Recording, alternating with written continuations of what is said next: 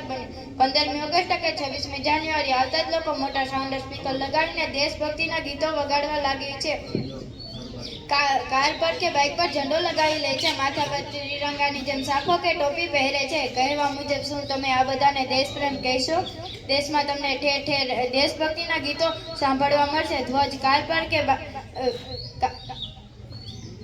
પર કે બાળકોના હાથમાં ઠેર ઠેર લટકાવેલા જોવા મળશે।